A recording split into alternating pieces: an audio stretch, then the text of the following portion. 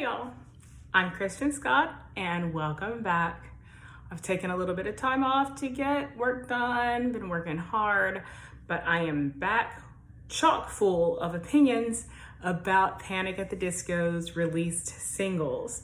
So strap in for all of my ranting about this because I've got a lot to say. Today we are going to be particularly talking about the Viva Las Vengeance.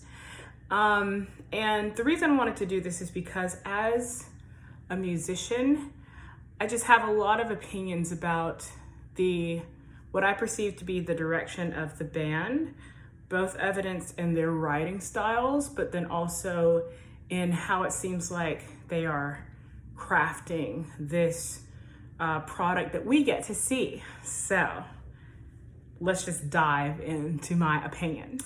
I'll be referencing my notes because I have a lot of them. And yeah, I think that's it. Oh, I will link the video to all three singles. In the middle of a breakup, Viva Las Vengeance and Local God in the description box. So do check them out. But yeah, I'll get into it now. Okay, so first thing I want to address is that I've seen just a ton of comments online in different places, but I'll just talk about the YouTube comment section where intelligence goes to die. I've seen these comments about, oh, this song seems like it was written in 40 minutes and recorded like in 50. And I just have opinions. So when I first heard Viva Las Vengeance, I was interested to hear a kind of raw delivery. To my ear, the only thing that it was missing was the kind of over compression, the over mastering that usually happens with today's pop music. And it reminded me a lot of how classic rock was mixed. There was much more of an emphasis on live instruments and unaltered, barely enhanced vocals, which to me is like, you know, the OG way of showing talent, being able to do things without auto-tune, but I won't get into that right now. We'll wait on that. So I want to talk about the fact that I'm hearing, first of all, vocally, that Brandon Urie has just come back to play after Pray for the Wicked tour and all of those performance dates. These three singles that he released not only kind of consistently stay in his mid to high register, but he is not relying thus far on his croony baritone kind of delivery of singing or his falsetto a lot. There's like one instance which was part of the snippet that he released as the teaser for Viva Las Vengeance, where he's kind of in his falsetto range. And other than that, he's just full steam ahead, just full out belt. And so I want to say that it seems like he's committed to performing consistently in this belt mix, which, let's just be honest, takes balls.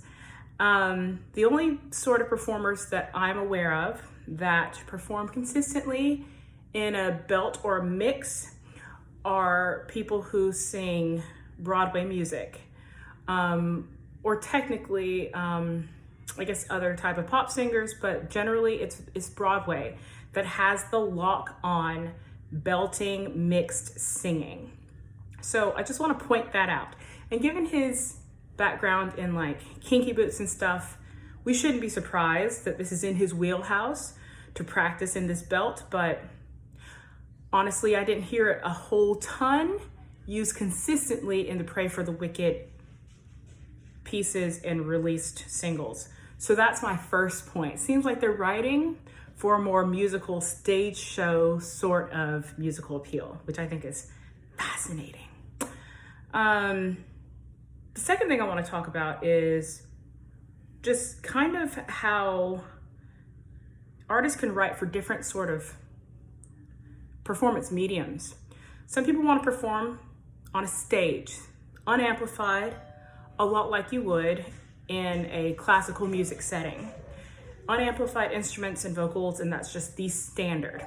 Some are practicing, or some practice to perform in a recording studio, and they're like jam session musicians. So when you're practicing for performances in these different spaces, whether it be stage or the recording studio, the practice regimen tends to be rigorous and reliant on solid technique and good work ethic. And I bring this up because a lot of pop singers report things like just randomly going in the studio, laying things down, and fixing it later. And in this sort of stage/recording session musician setting, you practice to recreate a performance that will be the same. It will be quality every time. And that's kind of different than the stereotypical pop musician practice regimen. So I want to point that out because I think it's important that we not try to put artists in a box. Sometimes they want to opt for a more natural, unenhanced, authentic delivery of their music. And so I think that as people, we should be open to that sound and respect the process that goes into it, because you don't get even as raw of a sound as you hear right now without hours and hours of perfected practice. So just a thought. Okay, I guess it's time for me to start my rant proper. And that is because specifically of the comments about, oh, this sounds super raw. It's like they barely get anything to the music. Chances are that might be right. That might be the intended sound. And I want to point this out because when you talk about pieces that are generally centered in a person's upper to a mid to upper range, and they're consistently staying there, preferably with ease, or at least they've made the decision to stay there, that's difficult, and that takes hours and hours of practice. A lot like I just kind of ranted in the last point, if you will. There are not any shortcuts to performing music live multiple times and well every time.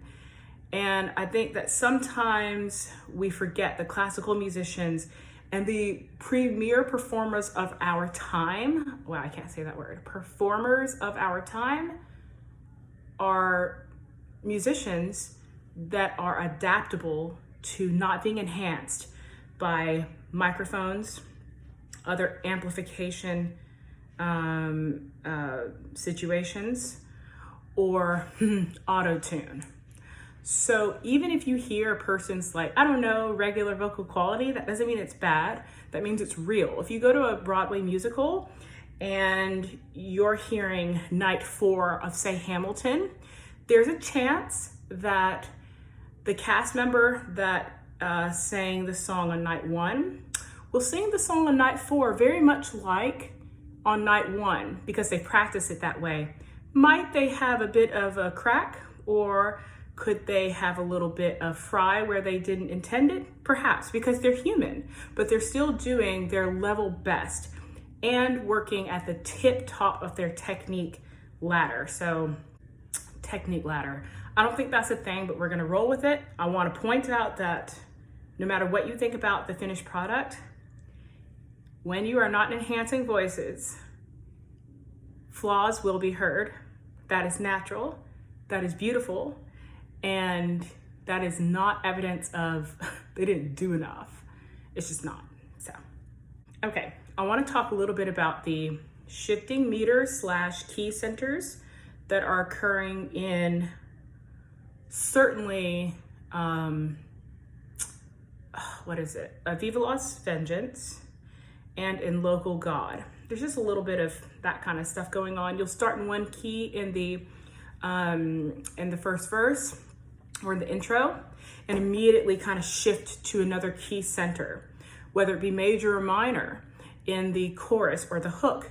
This is a real to me, this is a throwback to like classic rock kind of sounds, but also like the early emo pop punk sounds before it became like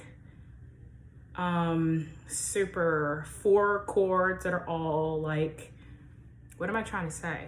Before it became like 4 chords that were all unoffensive and just regular pop chords, you know, the 1, 5, I don't know, minor 3, some shit like that. So this shifting key center / changing meters, very, very common, not only classic rock and experimental pop music, but also la-di-da and freaking classical music.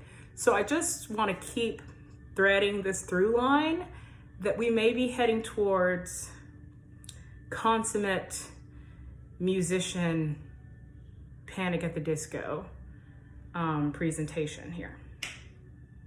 Let's see what else. Oh, all right, so I'm gonna say this gently, don't know why, but I'm gonna say it gently. During the end of Panic at the Disco's Pray for the Wicked tour, some of those performances were kind of rough sounding vocally. I'm talking about Brandon. And it's not like he didn't know what he was doing. It's like his voice was tired. In his mid to upper register, we often got this kind of screamo, growl, yell happening, which could be an intentional choice, or it could be a result of exhaustion. And I know nobody could have predicted the length of time that some of us were out of the game or out of the public eye in terms of making music, but I truly believe that Brandon Urie started reworking on his voice and has gotten it super healthy, because I don't think he can do the type of pieces that he's released without vocal health being the baseline and not this is sometimes how my voice is. I just think it's phenomenal that we've heard him sing B's and C's and D's in this kind of belt mix with very little weight, which I particularly noticed when he was doing his kind of high hopes runs. Oh, there go my dogs. I particularly noticed this when he was doing his high hope performances, that his upper register was just so gravelly, and unless he flipped into a pure falsetto, kind of that screamo falsetto that he does, show off, it was very gravelly and almost screamo type. I almost thought he was gonna do a screamo thing, but he kind of never did. And that led me to believe this wasn't always intentional, not always an artistic choice, but more so what his voice was capable of at the moment, which I don't hear evidence of that in these singles. They seem so effortless. His mid-upper register particularly seems to be executed without weight, and that is important. As a music teacher and a speech teacher, the lack of weight in the upper register is one hallmark of a healthy, functioning voice. It's kind of generally accepted that the lower register, the chest register, will be heavier and thicker, although we don't need a lot of weight down there either, make no mistake. But when we talk about belting singers and performers, it's extremely popular.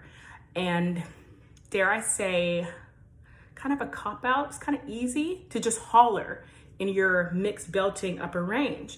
I don't hear him doing that. And I think that's evidence that he got on that practice train and he did some hardcore work.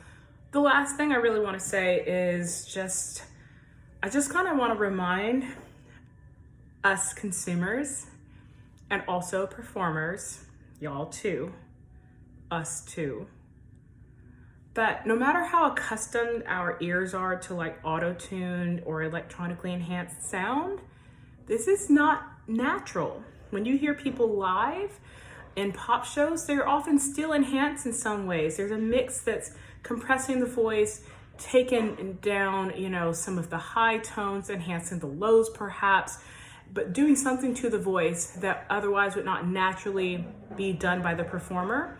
So think it's important to remember that no matter what what our visceral reaction to hearing a natural, authentic voice is, we should not just call it raw or unfinished or tacky, because live, real voices, they do crack, they do falter, they do get pitchy. It happens, but the beauty of the voice is that when you train it well, it can become more accurate than it would be without training. And for everybody, waiting for this to be one of these electronic pop albums, I just don't think it's going to be that. So I think we should give up the hope for that.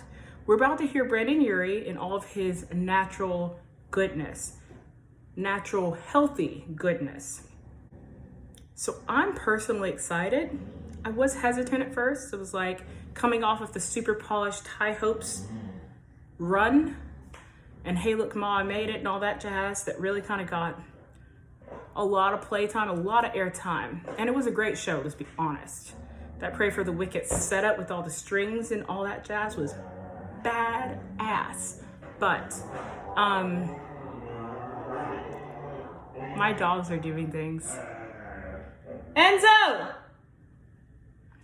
Let's be honest, the Pray for the Wicked tour was awesome. The strings and the whole instrumental setup, in addition to the full band, was beautiful. But I think we might get a stripped down Panic. I've seen comments about people saying it's like Vices and Virtues. I'm here for it.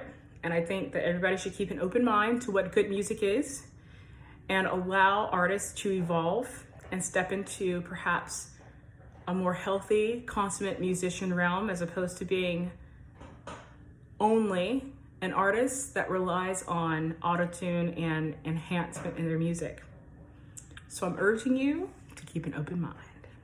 The album drops August 19th. I'm about to see them in September. I'm so excited. It's going to be an awesome show, I'm sure. Wow, can't say those words together. But I just wanted to come rant a little bit. And y'all let me know what you think of this video. Let me know what you think of my opinions. I've got more of them, but Panic at the Disco is honestly and admittedly one of my favorite bands. I've loved their evolution. I love the fact that Brendon Urie is both open to a more classical stage setting of performing and Broadway and with live instruments and things like that, versus being just an auto-tune pop artist. No offense to those. I love my electronic music, but I personally love their evolution and his versatility in this field. Tell me what you think of the album when it comes out, and let me know what you think of all the things I've had to say today. I will see y'all later. Be kind to yourself. Give yourself a little bit of grace, and don't say stupid things on YouTube comment sections. Just don't. All right, y'all, hear me out. I think we're headed for an organic Panic at the Disco show.